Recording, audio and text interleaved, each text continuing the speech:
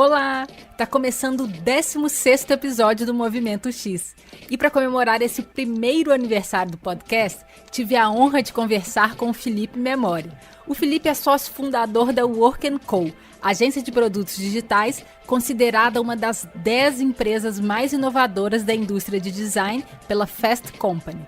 Ele também já foi sócio e head global de UX na Huge, trabalhou durante anos na Globo.com e é autor do livro Design para a Internet, uma das obras pioneiras sobre o tema no Brasil, lançado em 2005. O Memori esteve à frente de projetos como HBO Go, o site da Virgin America, da Globo Esporte, do TED Talks, da Oi, dentre vários outros. Você pode ver fotos da Work & Co e dos projetos do Felipe, além de todos os links sobre os quais falamos nesse episódio, em movimentox.com. Uma novidade: criei uma lista no Spotify com todas as músicas do podcast. A lista se chama Movimento X e está no meu perfil. Espero que você goste. Então vamos lá! Eu sou Isabela de Fátima e esse é o Movimento X.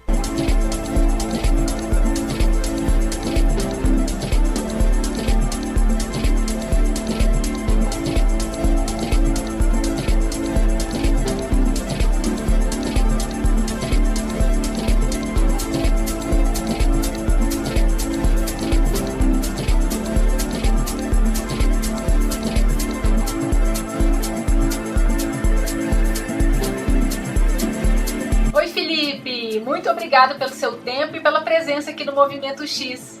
Obrigado a você, estou feliz de participar, Isabel.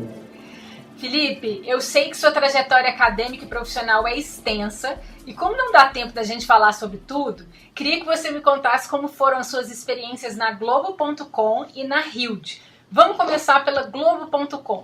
A Globo foi, eu acho que a minha primeira experiência profissional super relevante, assim, foi uma grande escola para mim. Eu acho que é uma escola para todo mundo que passou por lá, né? Acho que foi a primeira vez que eu tive a oportunidade de trabalhar com produtos que tinham um alcance muito grande, né? Que milhões de pessoas acessavam por dia. Então, foi um momento muito importante da minha carreira. Foi quando eu achei que cresci mais, escrevi o livro na época. Mas eu acho que principalmente foi o momento mais importante porque foi quando eu conheci as principais pessoas, ou algumas das pessoas mais importantes da minha carreira, e são pessoas que eu, né, muitas delas trabalho, colaboro até hoje. Eu acho que foi assim, uma grande escola. Na minha época tinham muitas pessoas muito talentosas, ainda tem muita gente muito talentosa lá, enfim, e são assim, pessoas que eu estou colaborando, trabalhando junto há muitos anos. Depois da Globo, eu achei que estava no momento de eu tentar uma coisa nova e acabei vindo para Rio de Nova York na época, acho que foi em 2007. E a Rio foi legal também porque foi a minha primeira experiência não trabalhando in-house, né? A minha experiência mais relevante no Brasil tinha sido na Globo, eu fiquei lá uns 4 anos e meio, eu acho, e fui muito feliz lá, gostava muito da Globo e tudo mais. Mas na Huge foi interessante também, porque foi a primeira vez que eu comecei a trabalhar com cliente, ter uma vida diferente, uma vida mais de consultor e trabalhar em produtos diferentes, com públicos diferentes, em mercados diferentes. Olha só! Projetos bem diferentes. Na Globo era muito legal, mas basicamente a grande maioria dos projetos era relacionado a conteúdo, eram produtos de conteúdo. Teve o Cartola, que eu participei brevemente, mas não foi um projeto que eu realmente foquei, que era um pouco mais diferente, que era um game, mas a maioria dos projetos era de conteúdo. E foi legal na Huge ter essa oportunidade de ter uma visão um pouco mais ampla, vamos dizer assim, de todos os tipos de projeto que a gente pode fazer, né? E eu fiquei lá, acho que uns 6 anos e meio, se não me engano. Em 3 anos eu virei sócio, acabei abrindo escritório no Brasil, no Rio de Janeiro primeiro. Ajudei a abrir o escritório de Atlanta também, em Portland. Enfim, eu estava com uma vida também muito legal lá, de meio que supervisionar vários projetos ao mesmo tempo, tinha um time enorme, né? Eu meio que liderava a área de User Experience globalmente. Olha! E em determinado momento, assim, eu achei que também, junto com os meus sócios, né, que vieram comigo para fundar a Work & Co, que estava na hora da gente começar uma coisa nova. A gente também, eu estava, assim como eu estava feliz na Globo, eu estava muito feliz na Huge também na época, mas a gente achou que valia a pena tentar fazer uma coisa nova. A empresa estava num tamanho muito grande, que era difícil de fazer qualquer mudança muito relevante, e a gente decidiu, né, grande parte dos sócios, acho que na verdade todos os sócios que eram mais da área de criação, mais o Gini, que foi um dos fundadores, sair e começar a Work & Co. Sei. Então vamos falar sobre o seu trabalho hoje, né, que é na Work & Co. Quando você estava dizendo que você fundou o Work & Co em 2013, foi isso? Foi. E me conta um pouco sobre a empresa e o propósito dela. A gente tinha, acho que, uma vontade muito grande de focar em fazer menos coisas e ser muito bom naquilo que a gente se propõe a fazer, né? Eu sempre fui muito fanático por excelência. Uhum. E eu acho que é uma coisa meio que aconteceu com várias empresas, várias agências, consultorias e tudo mais da nossa área, foi que eventualmente elas começaram a querer fazer mais serviços, né, ou prestar mais serviços, as pessoas chamam de full service, né, começar a entrar na área de publicidade, campanha. Então é meio que empresas começaram fazendo produto digital, resolvem fazer um pouco mais desse lado de publicidade. Entendi. Marketing, ou empresas que já são de publicidade e marketing que tentam começar a fazer produto, né, um movimento meio que natural, normal do mercado, de empresas que querem crescer e aumentar o business. E eu sempre fui muito mais interessado em produto mesmo. Nunca tive, na verdade, na minha carreira, interesse em publicidade. Eu acho que é muito importante, tem muita gente muito boa nisso, mas não é a minha profissão, não é um negócio que eu gosto. Então, a gente, né, achava que ainda tinha no mercado um espaço para uma empresa que fosse super, hiper especializada em fazer produtos digitais. Uhum.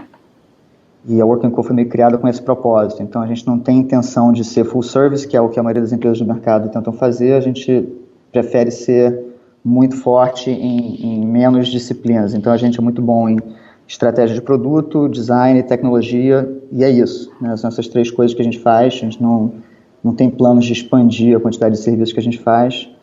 E o planejamento de toda a empresa é feito com relação a isso. Então, essa assim, talvez tenha sido o motivo principal, né? Uma das coisas principais da gente querer começar a empresa nova era realmente ser bem mais focado.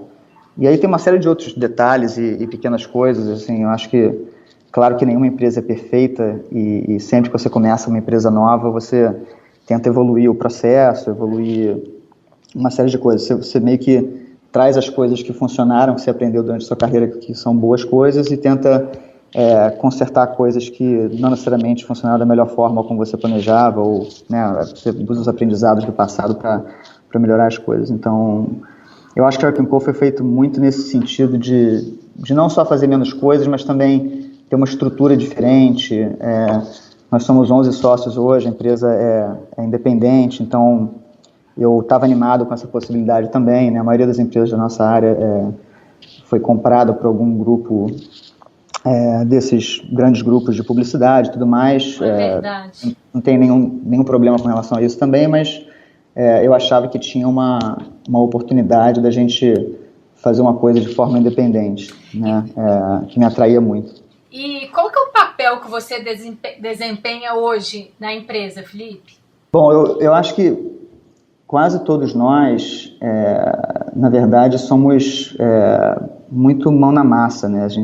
Nós somos designers e desenvolvedores e pessoas de produto e quase que todo mundo aqui, se tiver que responder essa pergunta, vai responder a mesma coisa. Eu trabalho em projetos. Né? Então, a gente não tem muito executivo na empresa. Se for até olhar a nossa página de liderança, né, da empresa, é todo mundo ou designer ou desenvolvedor ou uma pessoa de produto, de estratégia.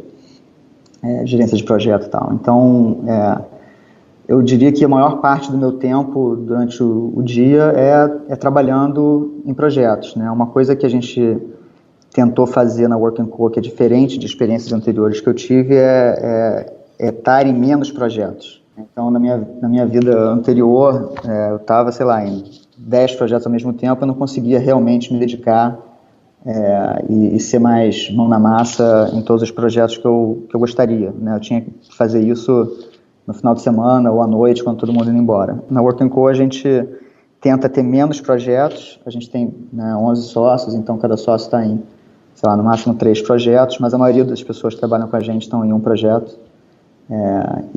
Então, assim, grande parte do meu tempo é basicamente trabalhando nesses projetos, às vezes fazendo algumas coisas, às vezes orientando o time, participando, dando ideia, dando direção e tal. E aí, assim, diria que isso sei lá, estão 80% do meu tempo. Os outros 20% são gastos, eu acho que com, assim, parte mais da empresa mesmo. Vamos dizer que, sei lá, 10% deve ser meio que um fator meio random ali, que eu não sei o que vai acontecer, são surpresas do dia a dia. E tem os outros 10% que é meio que gerenciamento do time, talvez, e sempre tentando achar pessoas para fazer o time ainda mais forte, né? Tem essa parte de recrutar que eu gosto muito, que não é todo mundo que gosta ou que faz, mas eu gosto da coisa de saber onde o mercado está indo, ver quem são os designers mais talentosos e eventualmente montar esse time de craques que a gente, né, tem sido, vamos dizer assim, acho que bem sucedido em fazer. Então eu dedico um pouco de tempo a isso também, que é um negócio muito importante, né?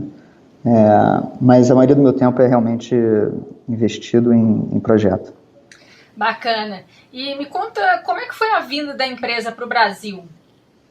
Bom, foi interessante, não foi uma coisa muito planejada, não. A gente teve a oportunidade de ter operações em cidades diferentes, né? A gente teve durante um momento uma operação em Paris, com 2 clientes que a gente tinha lá. A gente teve durante um tempo uma operação em São Francisco com a Virgin America. E esses 2 projetos não necessariamente viraram escritórios. A gente tinha uma situação semelhante no Rio durante um período com a Oi, que foi o primeiro projeto que a gente lançou no Brasil, oi.com.br. A gente ficou sentando com eles lá 1 ano e meio. Nossa. E não necessariamente esse projeto da Oi ia virar um escritório. A gente gostaria que fosse virar um escritório na época, mas a gente não sabia se realmente ia acontecer. E aí são essas coisas que acontecem na vida que não sei se é sorte ou não sei. A gente talvez tenha preparado o terreno para isso acontecer. Uma vez o Márcio Leibovitch, que é o cara que toca o escritório no Rio de Janeiro com a gente, né? Não sei se você conhece o Márcio, mas ele é um dos caras mais experientes do Brasil na disciplina de UX. Acho que ele começou a trabalhar com isso até antes de mim. Olha ele só. Estava 12 anos no Canadá e eventualmente achou que estava na hora de voltar para o Brasil.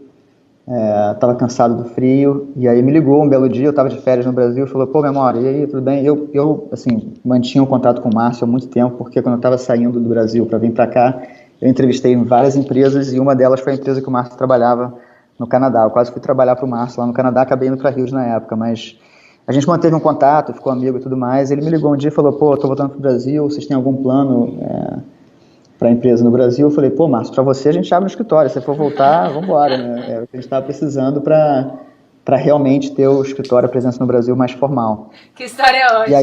E aí, ele veio com a família e tudo mais, está com a gente até hoje, e está sendo um prazer imenso trabalhar com ele, um monstro.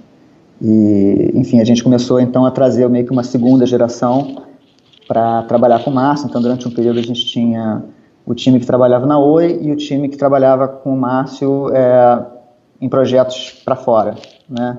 E durante um bom tempo a gente não estava trabalhando com outras empresas no Brasil. Aí, eventualmente, isso mudou. A Oi acabou tendo alguns problemas que saíram na imprensa e tudo mais, todo mundo meio que deve ter acompanhado.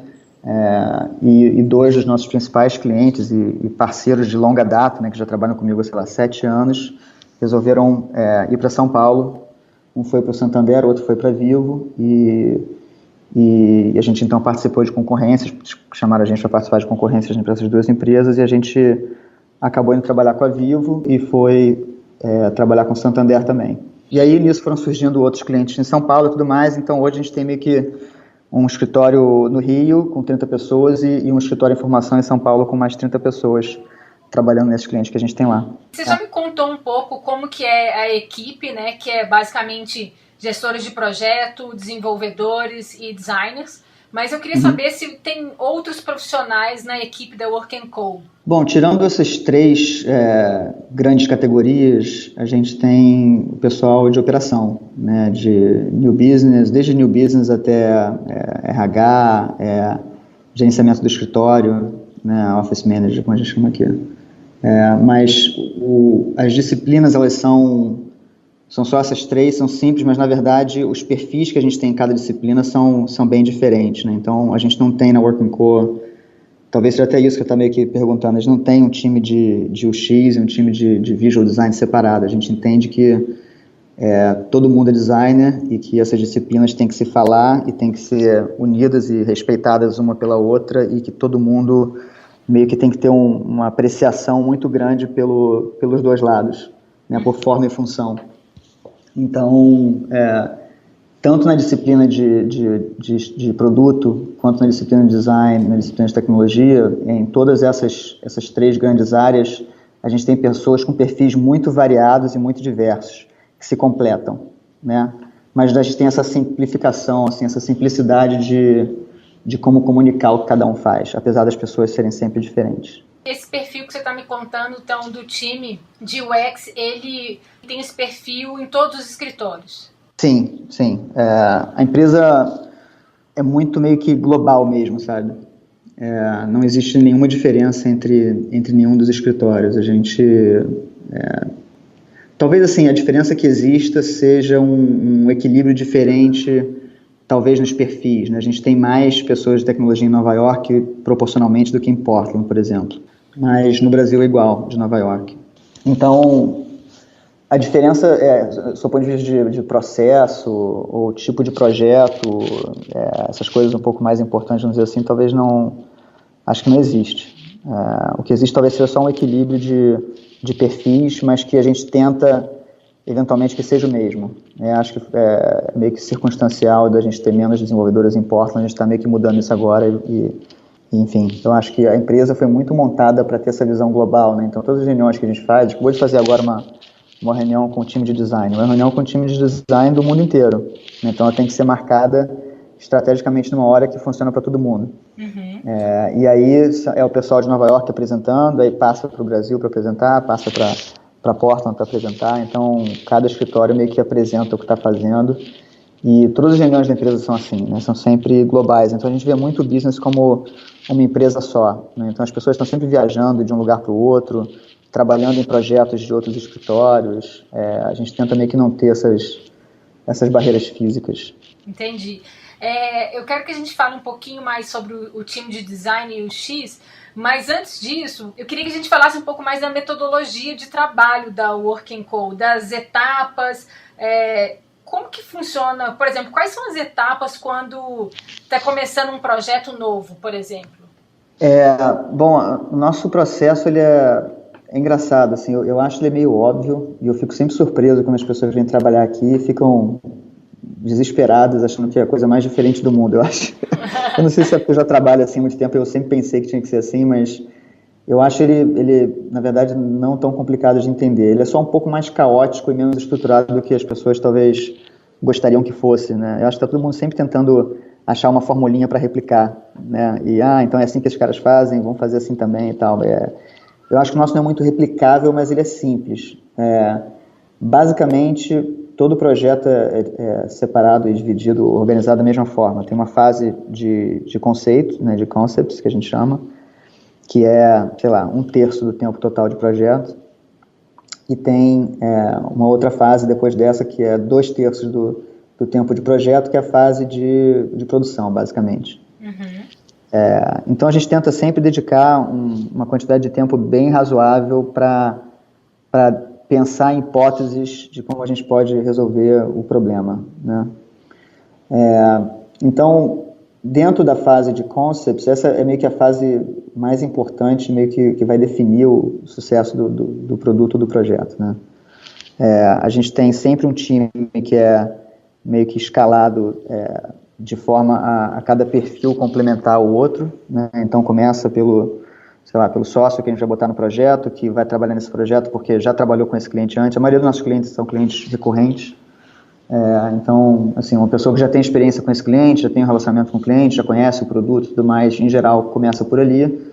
E aí a gente começa a escalar, botar os diretores, os designers um pouco mais júniores e tudo mais, de acordo com o que é necessário para que o time desse projeto fique bem equilibrado com relação a skill, né? Então você vai botar uma pessoa que é mais forte por exemplo, eu sou um cara que eu sou um designer, mas eu durante muito tempo trabalhei mais com UX mesmo, então eu tendo a trabalhar meio que em preto e branco, né? Eu trabalho meio que dessa forma, assim que eu penso. Então, é melhor que eu já trabalhe com um diretor de design que é um pouco mais visual, né? Que também entende de produto, que também entende de UX, mas que talvez durante a carreira tenha praticado um pouco mais a parte visual da coisa. Então, esse cara é um cara legal de trabalhar comigo porque a gente se complementa. Né? E aí a gente bota, sei lá, um designer para trabalhar comigo, que é um pouco mais de UX, e um designer para trabalhar com o outro diretor, que talvez seja um pouco mais visual. Né? Então, mais ou menos, o time meio que começa a ser montado assim, e aí que você define se o projeto vai dar certo ou não, né? Porque a gente gosta de acreditar que a gente tem uma quantidade de pessoas com talento absurdo trabalhando com a gente, mas se você não fizer, na verdade, o casting correto, pode dar problema depois.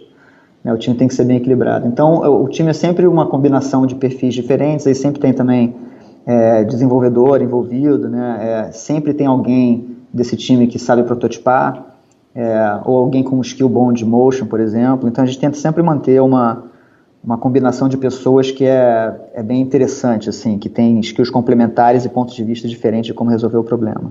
Então, a gente define o roadmap, aí monta o time que vai trabalhar no projeto, que é com essa filosofia, e aí começa. E aí, assim, o início é basicamente tentando entender e definir qual é o core da experiência, quais são as páginas desse produto, ou o flow desse produto, ou qualquer que seja a experiência desse produto, que vai, na verdade, definir se ele vai ser bem sucedido ou não.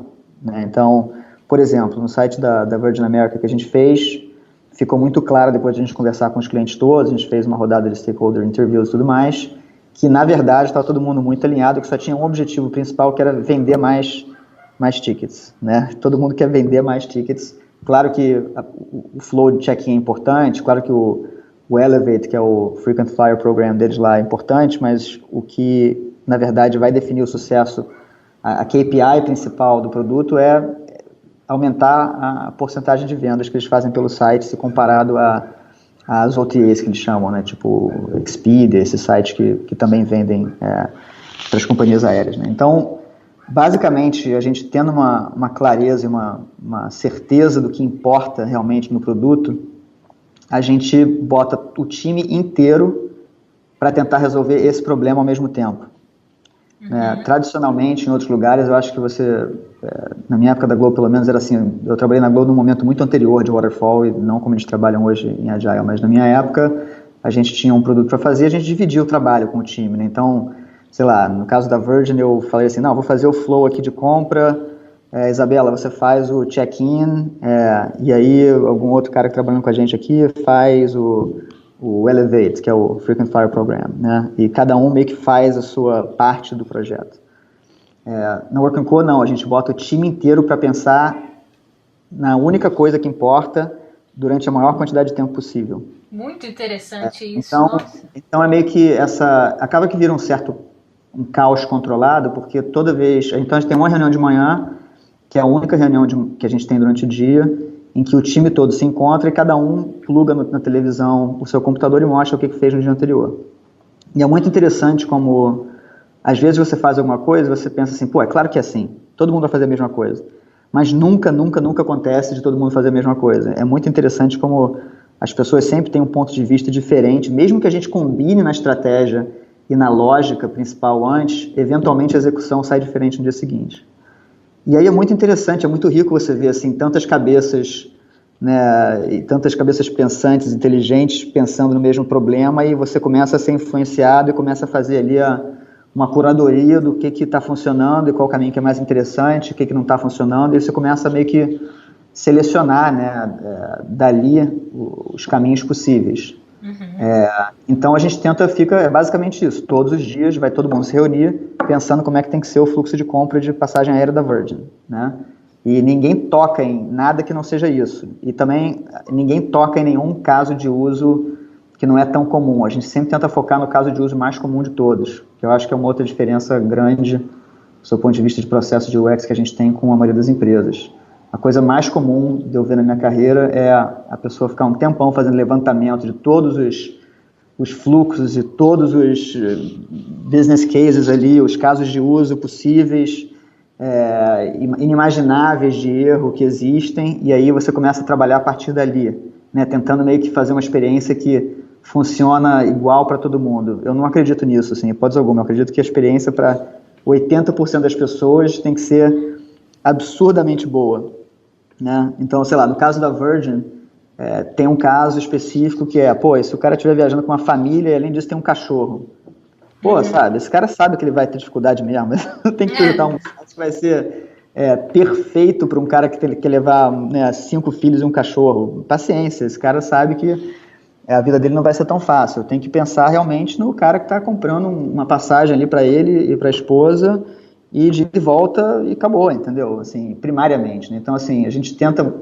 focar no caso de uso principal, que é a maioria, a grandíssima maioria dos usuários, na tarefa que é a principal, e a gente fica basicamente redesenhando aquele negócio, tentativa e erro, infinitamente, até a gente achar que tem um negócio interessante, né? E aí, em geral, no final da fase de conceito, né, que é esse exercício de pensar em possibilidades, em hipóteses de como resolver esses problemas principais, a gente faz um protótipo. Às vezes os protótipos já estão acontecendo também no meio do caminho, mas tem meio que um protótipo meio que final, principal, super sofisticado, e a gente testa com os usuários, né, e aí vê se o que a gente está fazendo tem algum problema grave. Em geral, é muito raro do negócio dar um problema seríssimo e não funcionar, apesar de a gente estar sempre tentando fazer coisas que ninguém fez ainda, né, tentando ser original em uma série de detalhes, mas em geral os testes de habilidade são meio que quase para a gente ter mais ideia ainda de como melhorar e ajustar alguns detalhes, né.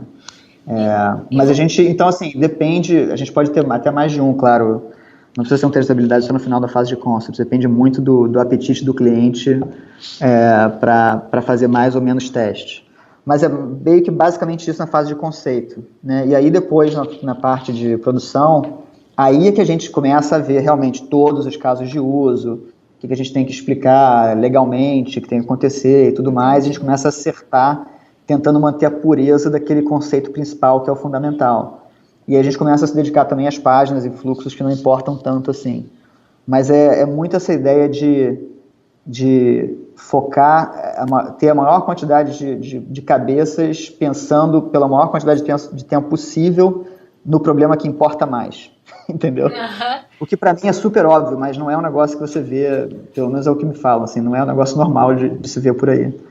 E aí depois a fase de produção é muito mais tradicional, assim, não precisa ser esse caos de todo mundo trabalhando a mesma coisa. Aí já a gente divide as tarefas e tudo mais, porque você não precisa também ficar desenhando 40 mil vezes uma página sei lá, legal, entendeu? Aqueles links de rodapé que ninguém tá nem aí, não importa. Né? Então você não precisa fazer a melhor página sei lá, contato do mundo, né? Entendi, vocês colocam os esforços aonde é mais importante mesmo, que vai trazer um diferencial competitivo, né? Isso. E falando um pouco do trabalho em conjunto com o cliente, que eu acho que é bem característico do processo de vocês, né? É comum a equipe da Work & Co trabalhar dentro do espaço físico do cliente, como no caso do site da Virgin, que você já citou aí, contou um pouco do processo, e isso acontece sempre? Acontece sempre que a gente não tem escritório na cidade. Ah, tá. Quer dizer, nem sempre necessariamente também, porque se eu parar para pensar, na verdade a maioria dos nossos clientes não necessariamente está em Nova York, né? Mas quando a gente tem talvez um projeto maior, um escopo maior, que a gente vai desenhar e construir o produto, a gente eventualmente faz co-location, né? Mas eu acho que depende muito da disponibilidade dos nossos clientes também. O que a gente tem de principal, eu diria assim, que foi uma coisa que a gente realmente conseguiu fazer na Work & Co, que eu tentava fazer no passado, mas não conseguia, é essa coisa de colaboração muito mais intensa com o cliente, né? Então não quer dizer que a gente necessariamente senta junto, mas é muito comum nos nossos projetos os clientes estarem nessas reuniões de manhã que eu falei, que são reuniões de 1 hora, vendo todas as gerações de hipótese, E aí eles vão para o Work & Co, por exemplo? Eles vêm para cá, exatamente. Eles vêm para cá e estão com a gente todo dia, eles fazem parte do time, entendeu? E isso é muito importante porque eles sabem muito mais do business deles do que a gente. Né? A gente não é muito comum nos nossos projetos, apesar de acontecer em alguns projetos quando os clientes não sabem exatamente o que eles querem, a gente tem uma fase de estratégia inicial, sem necessariamente gerar hipótese visual, mas o normal nos nossos projetos é que o trabalho estratégico, ele é feito, mas ele é feito visualmente, não com palavras. Né? Então a gente está gerando as hipóteses, mas a gente está meio que conversando com a interface, né? Mostrando na interface o que o produto tem que ser, né? E quais são as direções possíveis do produto. E quando a gente tem o cliente próximo, isso agiliza muito esse processo da gente entender o business melhor, entender os usuários melhor, porque eles respiram esse negócio o tempo todo, né? E a gente está sempre trabalhando em projetos diferentes, para indústrias diferentes, clientes diferentes e tudo mais. Então, é muito importante essa colaboração, porque a gente consegue fazer as coisas de forma mais rápida, entendeu? A gente aprende muito um com o outro. Então, mas isso depende muito da disponibilidade dos nossos clientes também. Alguns clientes contratam a gente porque eles não têm tempo nenhum para fazer o projeto, e eles preferem uma relação um pouco mais tradicional. Mas mesmo numa relação um pouco mais tradicional, a gente ainda assim tem uma reunião com eles pelo menos por semana, né, para mostrar coisa. Entendi. Mas então vai assim, a gente tem todos os níveis. A gente tem o nível de colaboração mais intenso, como a gente tem em São Paulo agora com o Santander e com a Vivo, e teve na Virgin, né? Eu me mudei para a Califórnia, fiquei 2 meses sentando lá com eles, né, nessa época. E teve em Paris também, com os nossos clientes lá. Então a gente tem todos os modelos, mas depende muito do que meio que é preciso, né? Uma coisa que eu fui reparando também é que depois de alguns anos, quando os clientes já estão mais acostumados com a gente, já tem essa confiança, a gente já meio que passou daquele nível, daquela relação de fornecedor e cliente, né?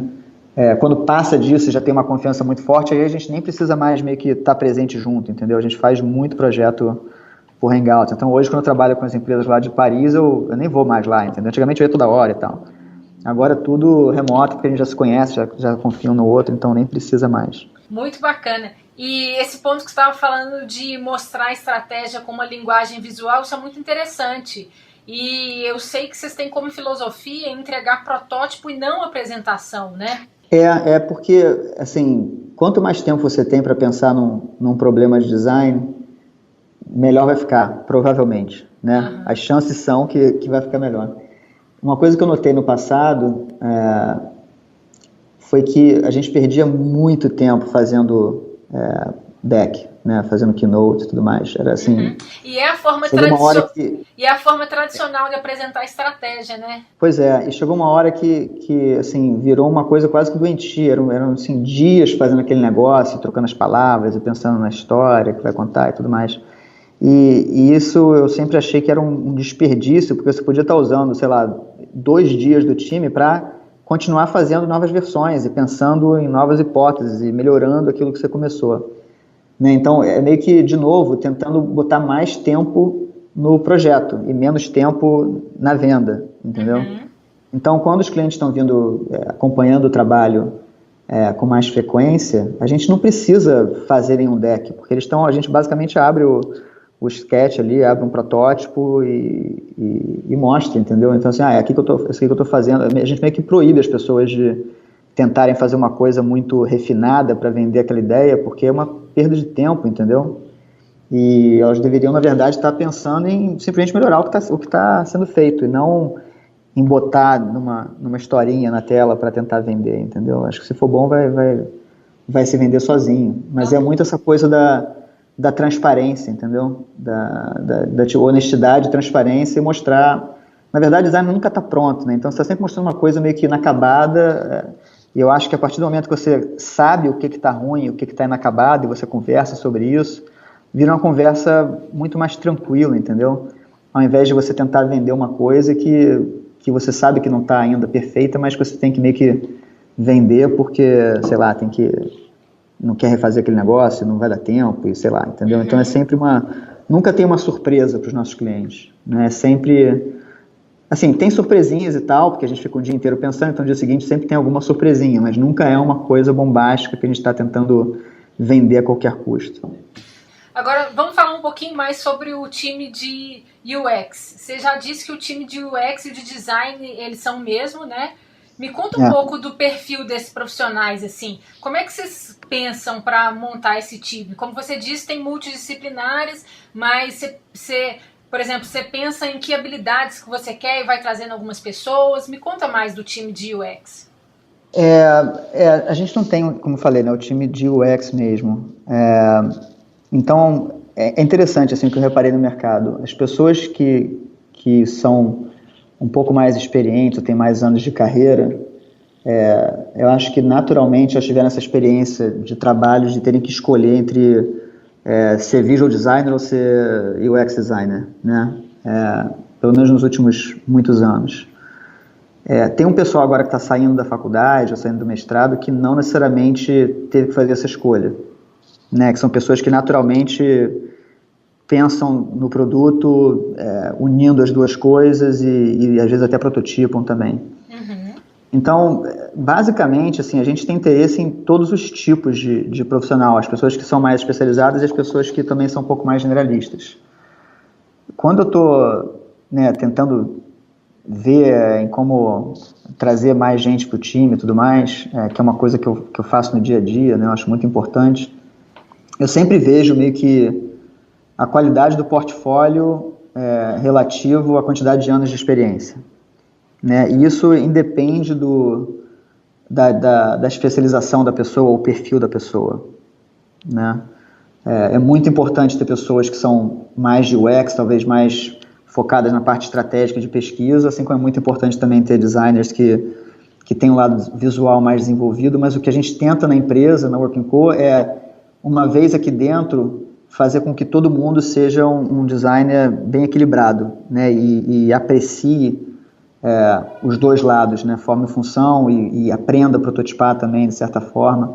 Eu acho que o que aconteceu no mercado até hoje foi que a internet estava tão quebrada em algum momento, que meio que a disciplina de design, que sempre vai ser forma e função, foi quebrada em duas, né, e aí você tem o pessoal da forma, que são os visual designers, e o pessoal da função, que são os UX designers, e sempre, na minha carreira toda, esses dois grupos tiveram um certo conflito, né, porque aí o pessoal de UX fazia um troço que tinha todos os business requirements e tudo mais, mas era uma tela super burocrática, vamos dizer assim, que não ia funcionar, e o pessoal de visual olhava aquilo e falava, pô, mas isso não vai ficar bonito, vai ficar horrível, e aí também eram meio que estilistas, né, faziam um negócio que não fazia o menor sentido. Então, nenhum dos dois, na verdade, para mim, eram realmente bons designers, nenhum dos dois grupos, né? Uhum. Então, a gente tenta aqui fazer com que, quando a pessoa evolua para chegar no momento da carreira que está dando direção para o time, que é um design director da Working Co, são pessoas que têm um equilíbrio muito bem feito, assim, tem essa noção muito boa de forma e função combinadas, né? E consegue, apesar de talvez ser uma pessoa que não necessariamente consiga botar a mão na massa para fazer uma tela ficar linda, mas ela consegue dar direção, consegue olhar e tem o olho treinado e tem experiência para dizer se aquilo está bom ou não e orientar os mais novos, né? Então, o perfil que a gente procura, basicamente, são pessoas que têm uma qualidade de portfólio absurdamente boa para a quantidade de anos de experiência, né? Porque aí mostra o potencial daquela pessoa, ou pessoas que já são, né, super craques e que a gente admira e que a gente, né, fica sonhando em trabalhar com essas pessoas. Então, assim, a gente conseguiu reunir, acho que uma quantidade de pessoas experientes absurda na empresa em 4 anos. Então, a gente tenta trazer os melhores do mercado, mas tenta também trazer pessoas que têm potencial para ser as melhores do mercado, né? E aí outras coisas que eu acho muito importantes, que eu sempre tento ver, tem uma que eu acho que é a mais importante de todas, que é ter um bom senso muito aguçado, né? Eu sempre falo que Advanced Common Sense Skills é a principal qualidade. Então, eu acho que quando a pessoa mostra que tem noção do nível que está profissional, né, quando você vê assim, da forma que a pessoa escreve, tem pequenos detalhes assim que que você pega quando você está conversando com uma pessoa ou entrevistando uma pessoa ou cogitando, né, entrar em contato com uma pessoa, você vê, assim, pela forma como a pessoa escreve, como a forma como a pessoa se posta, como apresenta os trabalhos, como mostra tudo, você vê meio que o quão refinada é a cabeça daquela pessoa, do seu ponto de vista de, não sei, de bom gosto, de educação, né, de experiência de trabalho e tudo mais. Então, eu não sei, é o tipo de pessoa que em geral dá muito certo com a gente, né? Pessoas que não dão muita manutenção também, sabe, que se viram, que correm atrás, que são apaixonadas pelo que fazem. Então, eu acho que tem um monte de características assim, que são importantes, né? Pessoas ambiciosas, que querem realmente melhorar, que entendem que a principal coisa é a parte técnica e melhorar tecnicamente, né? E eu acho que a principal coisa que todo mundo que está começando tinha que tentar focar é sempre trabalhar com pessoas mais experientes, né? Trabalhar em empresas que vão contribuir para a sua formação, que vão fazer você crescer. Eu acho que o trabalho profissional, ele tende a ser muito mais relevante do que o trabalho acadêmico, né? Eu meio que quase que ignoro quando eu estou vendo, cogitando trazer alguém, meio que o perfil acadêmico da pessoa, né? Para mim é muito mais o portfólio, onde a pessoa trabalhou, porque é ali que você realmente aprende, né? Trabalhando com pessoas que são melhores que você. Então acho que isso foi uma coisa que, desde a Globo.com, eu tive sorte de ter. E não só você evolui muito quando trabalha com pessoas mais experientes que você, mas você também cria uma rede de contatos, né, de pessoas que acabam virando suas amigas e que você tem respeito profissional e pessoal, que é muito poderosa, né, que você leva para o resto da vida. Então, assim, as pessoas que trabalham comigo hoje são pessoas que já trabalham comigo há mais de 10 anos, né, que a gente já está junto desde lá atrás, então, que a gente se conheceu na Rio, estão comigo hoje também. Então, rola esse respeito e essa admiração mútua, essa vontade de trabalhar junto, porque está todo mundo sempre um aprendendo com o outro, né? Então eu acho que enfim, são pessoas que meio que pensam assim, e você consegue meio que ter essa noção quando você conversa, quando você vê um portfólio, no que a pessoa se importa, né? Você vê alguém já meio que pensando muito em dinheiro, na parte financeira, você já vê que não entendeu? Não é o foco correto, né? Claro que é muito importante, claro que, né, as pessoas têm família e têm suas responsabilidades e a gente tenta pagar melhor do que o mercado paga em geral, mas eu acho que não tem que ser a prioridade, né? Eu acho que a prioridade é sempre o pensamento em evoluir tecnicamente. Bacana demais. Acho que já está cheio de dica aí para quem já estiver de olho na Work & Co. Como é que vocês incluem os usuários no processo de design? Você estava contando do perfil multidisciplinar, né, dos designers. Em quais momentos e quais tipos de pesquisas vocês costumam fazer? São esses designers também que conduzem as pesquisas? Me conta um pouco do processo. As nossas pesquisas são sempre qualitativas, né? A gente não faz nada quantitativo. E eu diria que a grande maioria das vezes assim, o tipo de pesquisa que a gente usa mais é teste de usabilidade mais tradicional mesmo, mas sem ser acadêmico, sabe? É muito mais informal e muito mais solto, vamos dizer assim. Então, a gente tem, como parte do processo, como você falou e eu falei anteriormente, a coisa da prototipação, né, o tempo todo, e a gente tenta testar a maior quantidade de vezes possível que o projeto permite, né, com relação a tempo e budget. E é mais ou menos isso, assim, a gente tem uma coisa também que eu meio que acredito, que eu acho que idealmente você está sempre desenhando para você, tá? Mas isso que eu estou falando agora é um crime, do seu ponto de vista de UX, tá? Mas não tem que entender o que eu estou falando também. O negócio de desenhar para você é que o ideal é quando você é o usuário. Quando você é usuário e você pode desenhar para você, é um negócio muito bom e que você não precisa de tanta pesquisa assim, né? Quanto mais você consegue se colocar no lugar do usuário, talvez menos pesquisa você precise fazer, né? Quanto mais distante você está de conhecimento do usuário, mais pesquisa você precisa fazer. Então, às vezes, até quando chega um caso muito extremo de você realmente não não fazia a menor ideia de como aquilo funciona, do que importa com esse tipo de grupo. Aí você tem que realmente fazer uma pesquisa qualitativa um pouco mais longa, né, de, sei lá, fazer entrevista com os usuários antes para entender realmente as motivações e os desejos e tudo mais. Mas na grande maioria dos casos dos projetos que a gente trabalha aqui, a gente acaba fazendo um projeto que é B2C, né, que é para consumidor. Uhum. E é muito comum que você consiga meio que se colocar no lugar do consumidor. A gente tem a sorte de trabalhar com clientes muito grandes, com marcas enormes. E assim, sei lá, que nem na minha época da Globo.com, ia fazer um site de esporte, eu leio notícias em site de esporte, não preciso fazer tanta pesquisa assim, né? Ou, sei lá, o site da Virgin, eu compro passagem em site de companhia aérea, né? Então é claro que é muito mais simples você meio que se colocar no lugar dos usuários e projetar um negócio que você gostaria de ver, né? E aí você faz o teste de usabilidade, faz o resto da pesquisa complementar e aprende muito com o cliente para meio que reforçar aquilo, né? Mas, na maioria dos casos, a gente já começa tendo uma noção bem razoável, por também já ser usuário, do que pode funcionar.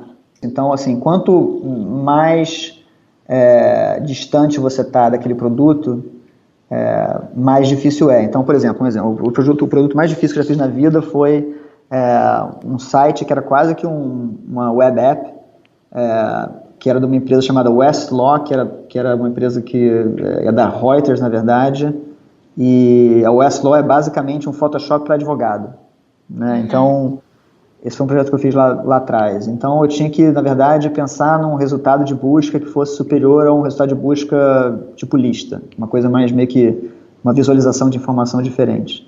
Cara, isso foi um parto para mim, porque eu não sou advogado, eu não uso o Photoshop de advogado, eu não sei o que importa, eu não era americano, eu estava aqui já, não conheço as leis dos Estados Unidos. Aquilo foi um desespero, então para aquele projeto eu tinha que fazer muita pesquisa mesmo, né? Mas para fazer um site de consumidor, né, os produtos que a gente em geral trabalha aqui, né, a gente trabalha com a Apple, trabalha com o Facebook, trabalha com basicamente todas as empresas do Vale do Silício, Twitter e tudo mais, YouTube, eu vejo vídeo no YouTube, eu sei fazer, eu acho que eu não preciso de tanta informação assim para meio que conseguir começar a tentar alguma coisa para o YouTube, né? Quando para alguns outros projetos que são mais complexos, talvez você precise de um upfront muito maior ali para você ter uma quantidade mínima de informações para você começar a fazer. Mas eu acho que é isso que a gente tenta fazer aqui, entendeu? A gente já começa a gerar hipótese no segundo dia do projeto, mesmo que a gente esteja errado, porque aquilo informa as perguntas que a gente tem que fazer para os usuários, se tiver algum tipo de pesquisa paralela, né? Então, assim, faz com que você tenha mais interesse naquilo e, ao mesmo tempo, você está meio que comprovando e influenciando o projeto de forma mais direta. Porque acontecia muito no meu passado também, que você ficava, sei lá, 3 meses fazendo pesquisa, e aí tinha 2 semanas para fazer o design. Uhum. E aí ficava aquela correria e, inevitavelmente, o designer pegava aquilo e fazia um negócio meio que ignorando a pesquisa, aí vinha o pessoal de pesquisa reclamar, mas você não considerou isso aqui, bota aqui, e fazia meio que um enxerto ali do que tem que estar, e não era um negócio que era realmente influenciado pela pesquisa. Então, e tinha muito pouco tempo também, proporcionalmente, para ficar bom. Então, o que eu acho legal é meio que esse caos organizado, em que você já está gerando hipótese, meio que assumindo coisa mesmo, porque você acha que pode ficar bom, porque você gostaria que fosse assim você mesmo, e ao mesmo tempo que você está fazendo isso, você está testando com os usuários, você está perguntando, você está meio que fazendo essa troca. Então, meio que essa conversa, entendeu, constante com o trabalho, ao invés de ser uma coisa muito separada, que vem antes e vem preparado e toma aqui um PowerPoint, lê e agora faz, entendeu? É meio que essa coisa que existe em paralelo. Entendi. Em paralelo, mas junto, na verdade. Então, testes de usabilidade vocês têm o hábito de fazer? Direto, a gente faz muito. E nesse caso, vamos pegar teste de usabilidade como exemplo. Os testes são feitos por quem? Tem sempre uma pessoa no time que tem mais experiência com isso. Por exemplo, eu estou fazendo um projeto agora com a Juliana Gaiba, que talvez você tenha ouvido falar. Ela estava na Espanha agora, trabalhou comigo, foi do time fundador da Rio no Rio, e ela veio trabalhar com a gente agora. Então a Juliana, ela tem um background de UX bem clássico, raiz, vamos dizer assim, né? Super experiente, né? De São Paulo e tudo mais. Então ela já fez milhares de vezes isso na carreira, então ela estava no nosso time de projeto, ela tocou a parte toda de pesquisa do teste de usabilidade, desde recrutamento dos usuários até fazer o planejamento do teste, tudo mais, o roteiro todo, ia conduzir o teste com os participantes e tudo mais. Então, ela foi responsável por fazer isso tudo.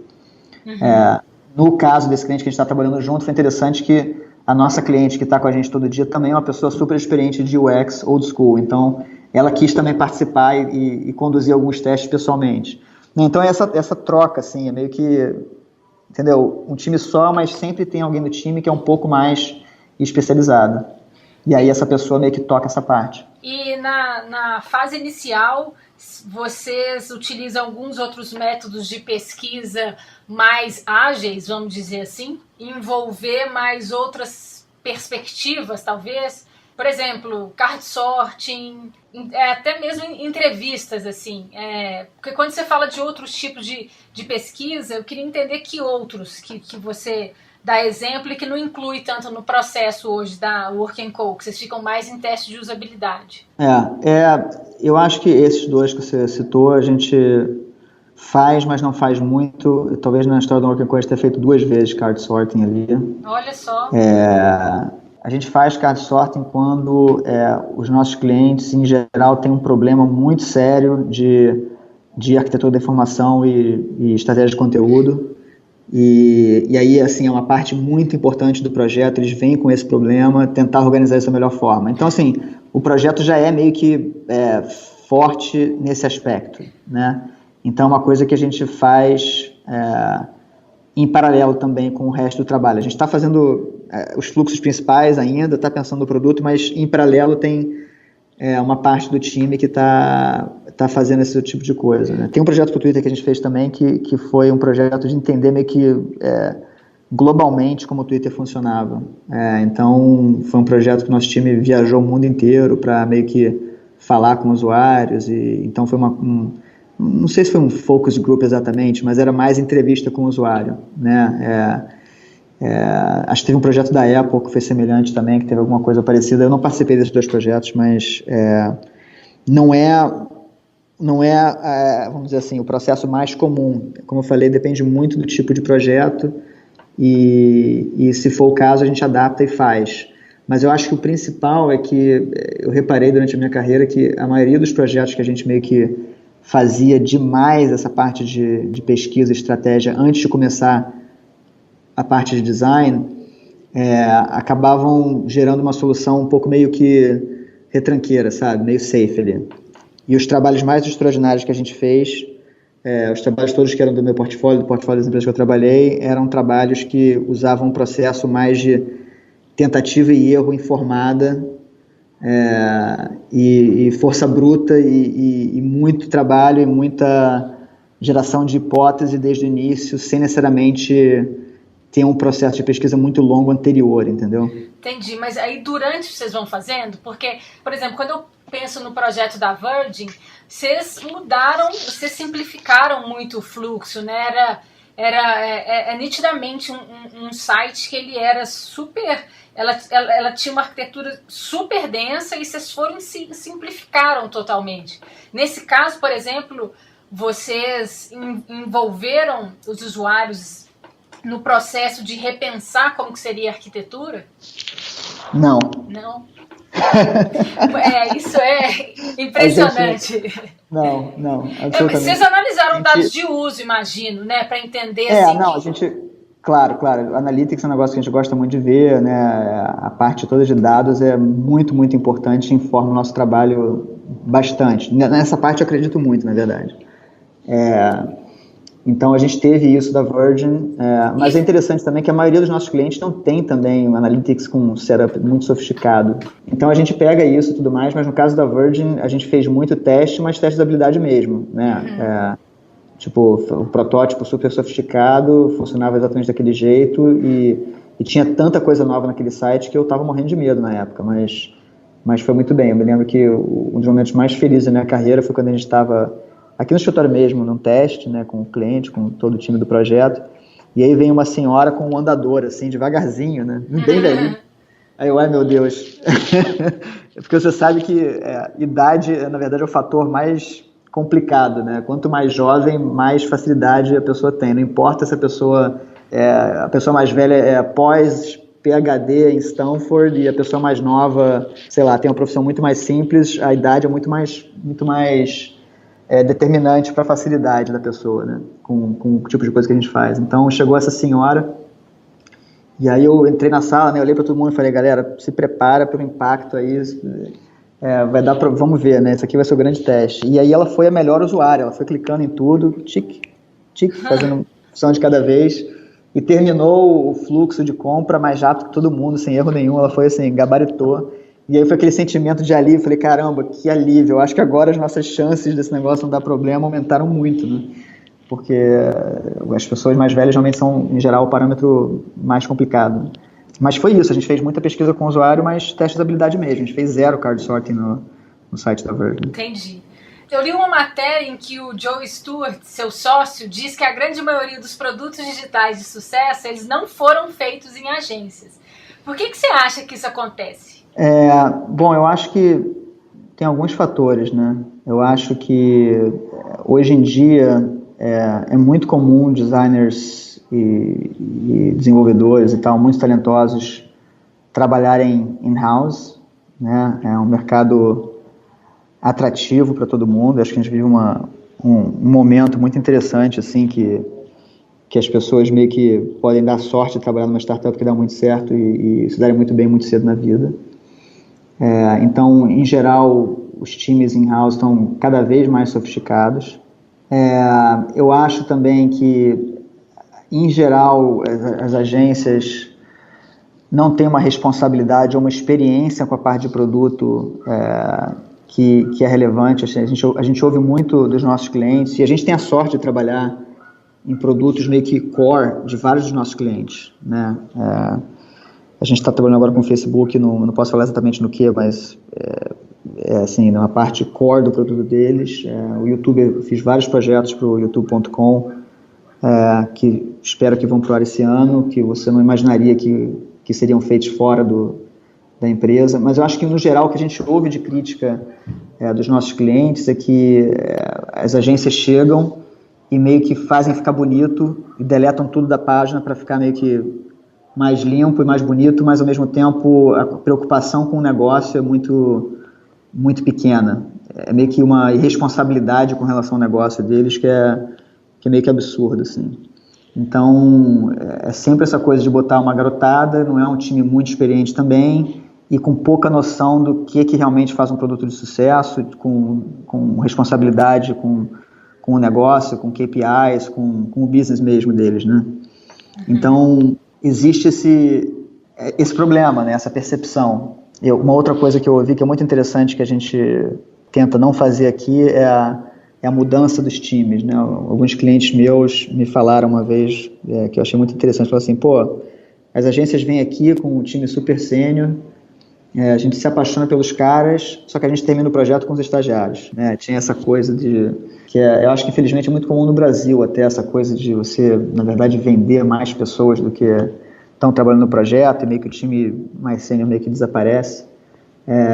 Então a gente tenta, até pela forma como a gente trabalha, que é essa transparência 100%, né, com os clientes, a gente nem tem como mudar o time mesmo, né? A gente acredita que o time tem que ser o mesmo, mas o time não muda desde o início até o final do projeto. Mas tem uma série de coisas assim, que eu acho que faz com que grande parte dessas empresas muito grandes, principalmente as que já começaram digitalmente, não confiem muito em fornecedores para trabalhar na principal parte do produto. Entendi. Né?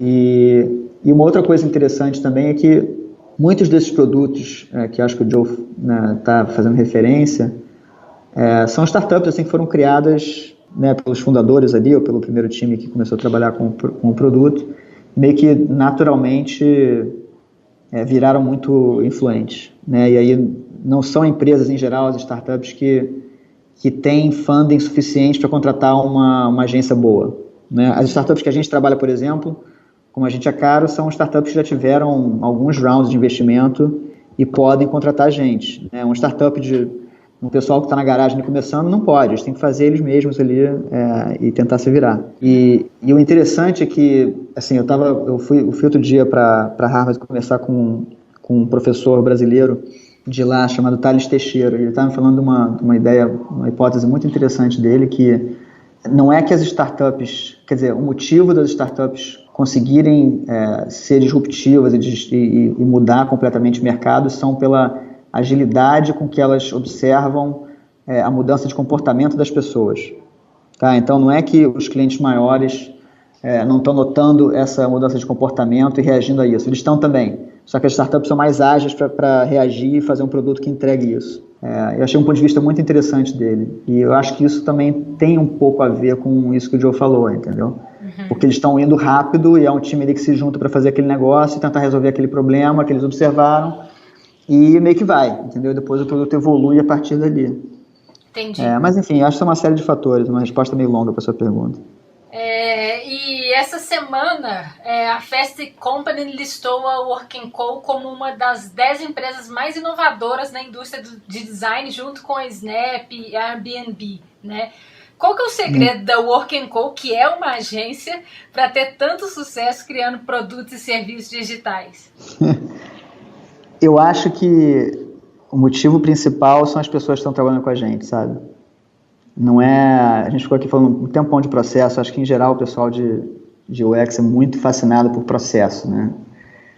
Quase toda conferência que eu vou todo mundo falando do processo, mas como é que é? Como é que você faz a salsicha? Mas, na verdade, não é muito o processo, né? Porque você precisa de mais processo quando o seu time não é tão talentoso. Quanto menos talentoso, mais processo você precisa. Quanto mais talentoso, menos processo você precisa. Se botar 5 pessoas extraordinárias numa sala trabalhando juntas, sem processo nenhum, vai sair um negócio muito bom, elas vão se virar, né? Então eu acho que o motivo da Work & Co ter dado tão certo é muito pelo time que a gente conseguiu juntar, né? Eu não tive na minha carreira a experiência de trabalhar numa empresa com tanta gente tão boa assim.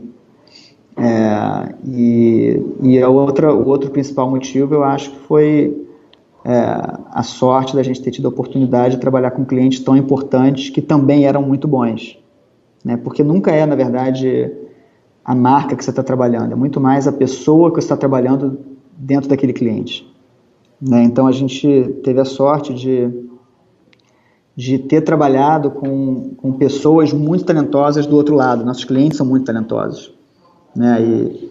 E são muito espertos, muito sofisticados e resolvem correr risco, querem fazer um negócio legal, diferente. Então, sem eles, não dá também.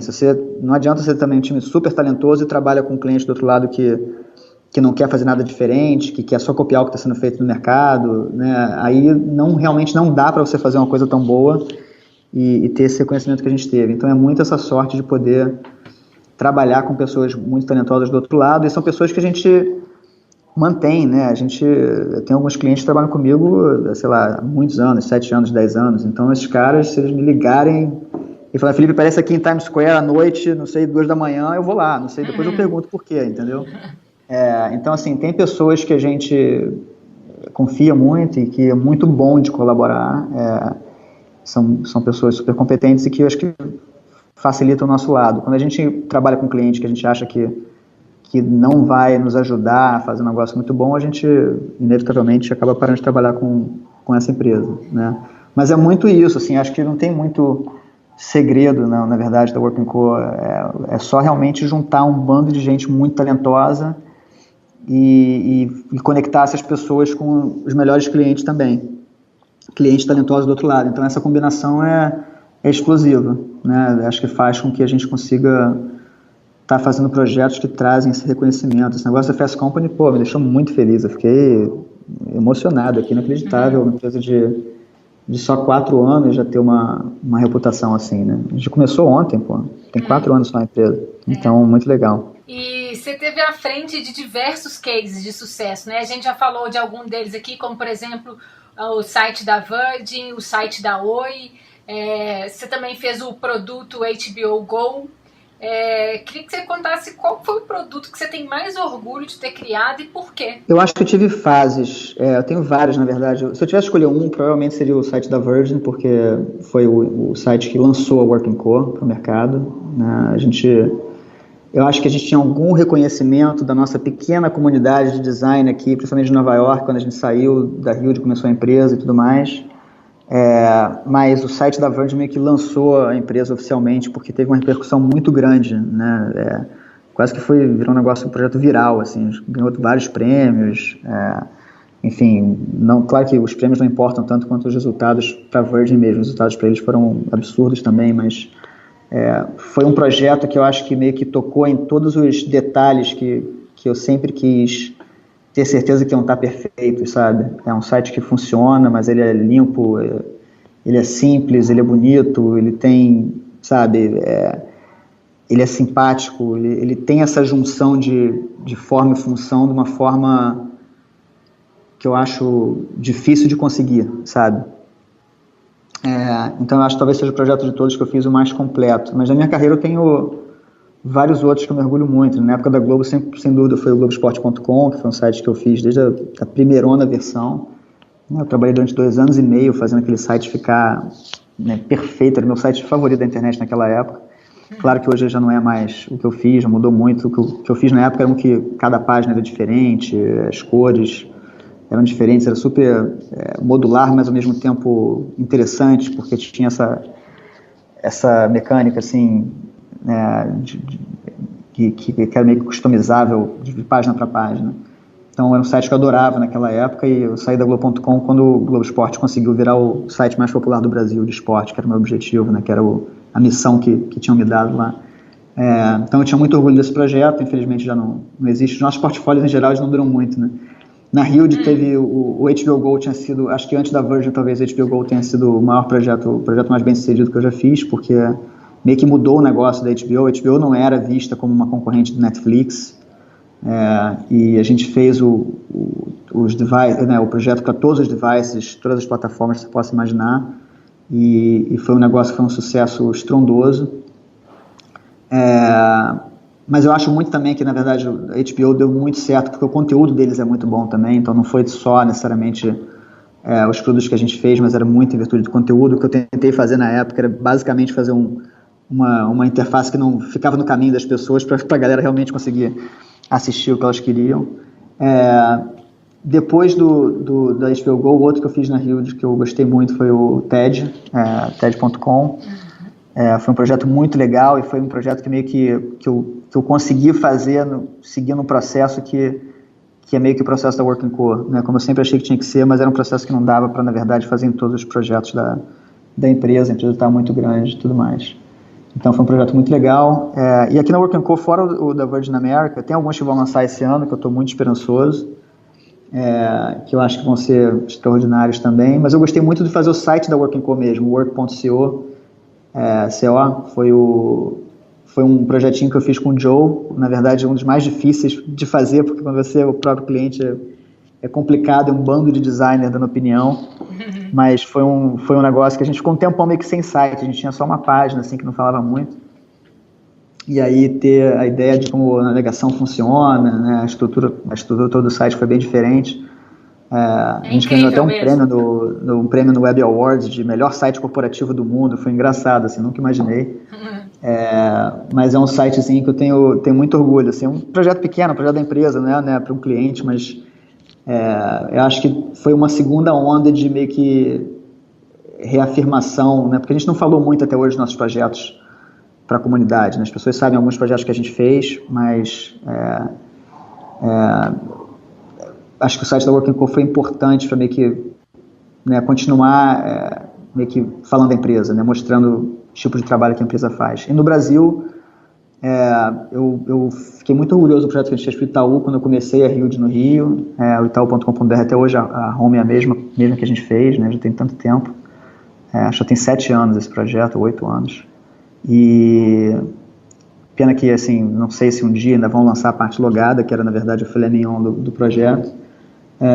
E agora, o site da Oi foi o segundo site do Brasil que eu assim, gosto muito, né? A gente não está mais trabalhando com a Oi, então eu não sei como se ele vai continuar com esse nível de excelência que a gente pensou, mas eu me lembro que no lançamento eu achei um negócio extraordinário. Assim, a gente pode fazer um podcast inteiro só de eu falando dos detalhes e dos problemas que a gente resolveu no site da Oi. Eu acho um projeto com nível de qualidade muito, muito alto. E para o mercado brasileiro eu acho extraordinário, assim. O mercado, eu acho o melhor site de empresa de telecomunicação do mundo, na verdade, disparado, mas eu acho que, principalmente o mercado brasileiro, foi um exemplo muito bom, sabe?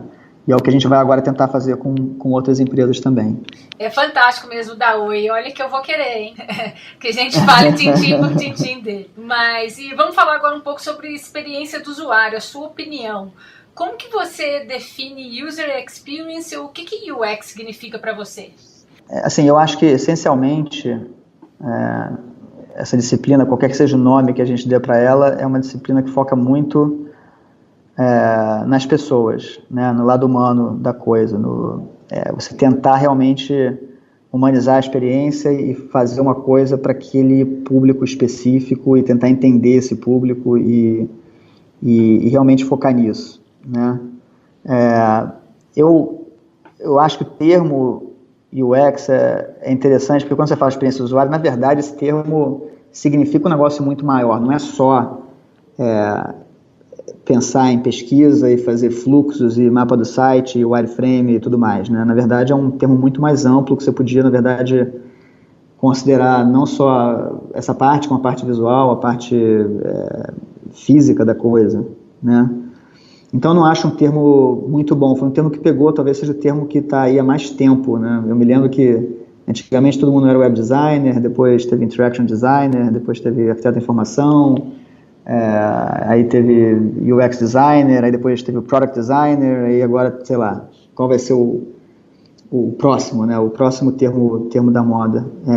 Como eu falei, eu acho que a disciplina foi meio que quebrada historicamente porque a internet estava totalmente um caos, né? E ninguém sabia fazer nada, então meio que aconteceu naturalmente no mercado meio que quebrar a disciplina de design em duas. Mas eu acho que foi esse sinal de imaturidade, sabe? Eu acho que, na verdade, por isso aqui na Working Co a gente tenta não ter UX como um cargo. Todo mundo aqui é designer, porque eu acho que ser designer é na verdade, um termo, um nome para a profissão que não vai mudar, que vai durar para os próximos 100 anos, sabe?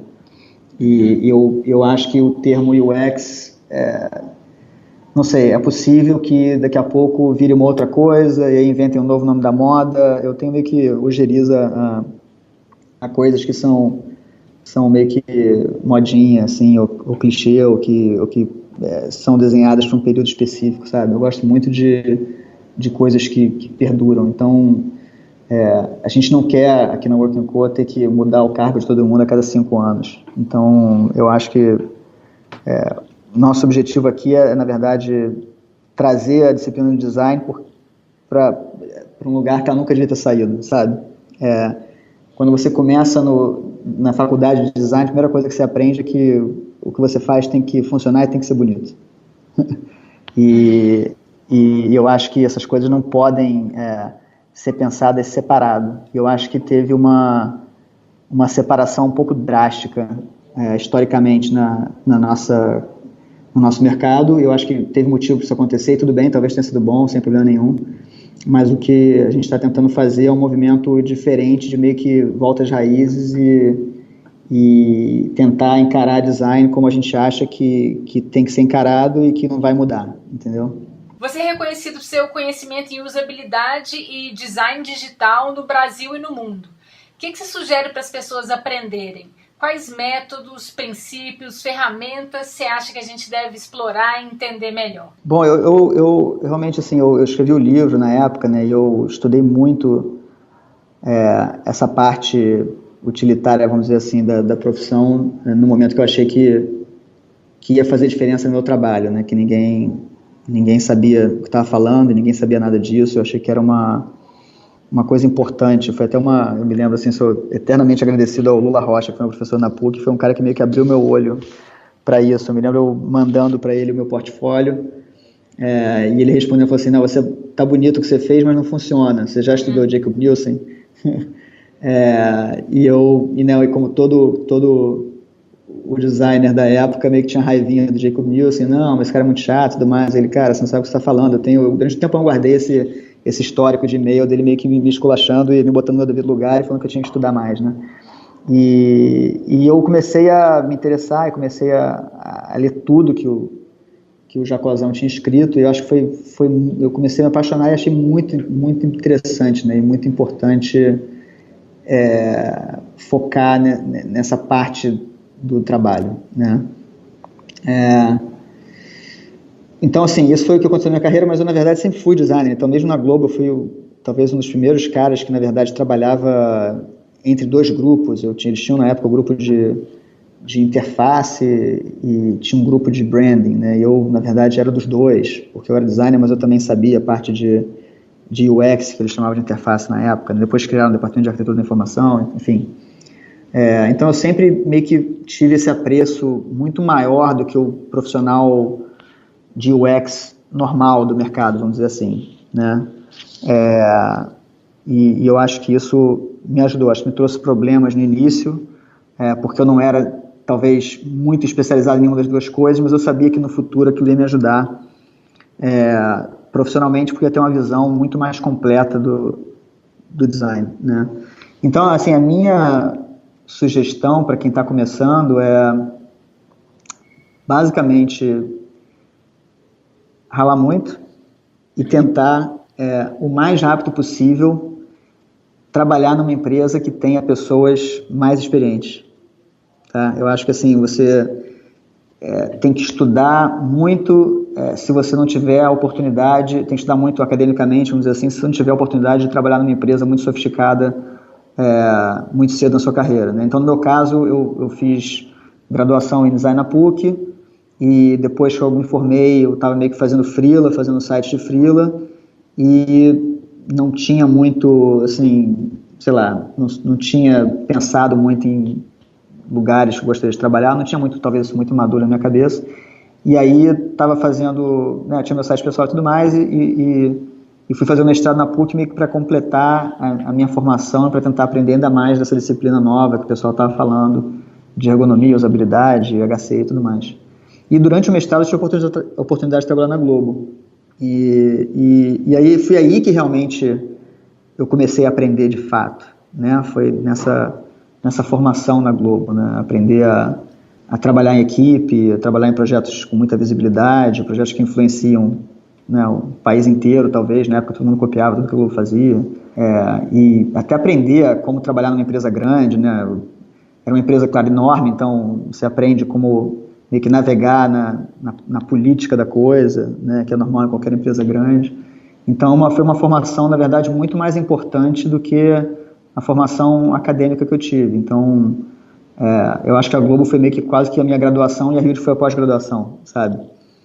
Porque depois que eu vim para cá, aí né, comecei a aprender uma série de outras coisas, comecei a trabalhar com profissionais muito, muito bons também, do mundo todo, né? Então, eu acho que o que eu recomendo para as pessoas que estão começando claro que tem que ler muito, tem que estudar, mas na verdade é na prática que você vai aprender de fato. Então tentar ralar o máximo possível para construir um portfólio que seja interessante para você o mais rapidamente possível conseguir trabalhar numa empresa boa que vá te ajudar a chegar mais longe, né? Você vai ser influenciado por pessoas que têm mais experiência que você, que são melhores que você, e você vai meio que roubando um pouquinho de cada um e aprendendo um pouquinho de cada um, né, vendo o que cada um tem de melhor e meio que observando e tentando incorporar no seu trabalho e tudo mais. Então esse que é o grande lance. Você vai ter feedback das pessoas, você vai, né, saber o que você está fazendo mal, o que você está fazendo bem. Então eu acho que esse foco no aprendizado constante e no meio que ajuste das suas características para você conseguir cada vez ficar melhor, né? Então eu basicamente acho que é isso. É claro que é importante estudar, ler os livros, ler blog e tudo mais, mas o grande lance é você conseguir ter a oportunidade de trabalhar numa empresa muito boa. Aprender fazendo mesmo, né? E com os outros ao seu redor. E a gente já falou do seu livro, né? Você escreveu um livro sobre experiência do usuário em 2005, né? O Design para a Internet. E muita coisa mudou de lá para cá. Me conta um pouco sobre as semelhanças e diferenças que você enxerga. É muito interessante, né? Assim, a nossa disciplina é tão nova que eu tive a oportunidade de escrever esse livro, eu tinha acho que de 26 para 27 anos, né? Acho que é muito raro alguém com essa idade ter experiência suficiente para escrever alguma coisa minimamente aceitável, né? E eu escrevi basicamente depois do mestrado, eu acabei o mestrado na PUC, e aí a banca me recomendou tentar publicar como um livro, porque tinha um approach muito mais prático do que acadêmico e tudo mais. e acabei publicando, né, pela Elsevier, que era mesmo que publicava os livros do Jacob Nielsen e tal, que era o que eu queria, mas um livro que não tinha, na verdade, nada a ver com a minha dissertação de mestrado, né? Eles, na verdade, olharam e falaram assim, não, a gente quer publicar um livro seu, mas a gente quer saber muito mais da sua experiência prática do que da sua experiência acadêmica, e para a gente publicar um livro seu, você precisa manter o tempo que você botou para escrever, de adaptar a sua dissertação, que é de um mês, basicamente. E aí, na verdade, era de 2 meses, na verdade, era o tempo para eu escrever o livro, né, que eu tinha botado como um prazo para meio que adaptar a dissertação, né. Aí eu falei, pô, beleza, aceitei, eu falei, cara, esse negócio vai mudar minha carreira completamente, e, né, numa época que realmente ninguém sabia nada, né, eu tinha experiência de ter feito mestrado e trabalhava na Globo.com, que na época era talvez a única empresa no Brasil que tinha um processo de UX sério, profissional. Então eu tirei férias e fiquei um mês inteiro em casa, dormindo muito pouco e escrevendo que nem um maluco o tempo todo, né, para conseguir. Então eu escrevi o livro em um mês. E eu nunca li o livro. Porque, você tá brincando. Não, é horrível, né? Como você deve sofrer aqui no podcast, ouvindo os podcasts depois com a sua voz e tudo mais. É verdade, eu sou acho que é a mesma coisa quando você está lendo o que você escreveu, e que nem quando você está vendo um design que você fez, você olha e já quer meio que ajeitar alguma coisa que podia ser melhor. Então, pô, para escrever é pior ainda. Você lê aquele negócio, você, né, quer ajeitar, ver erro.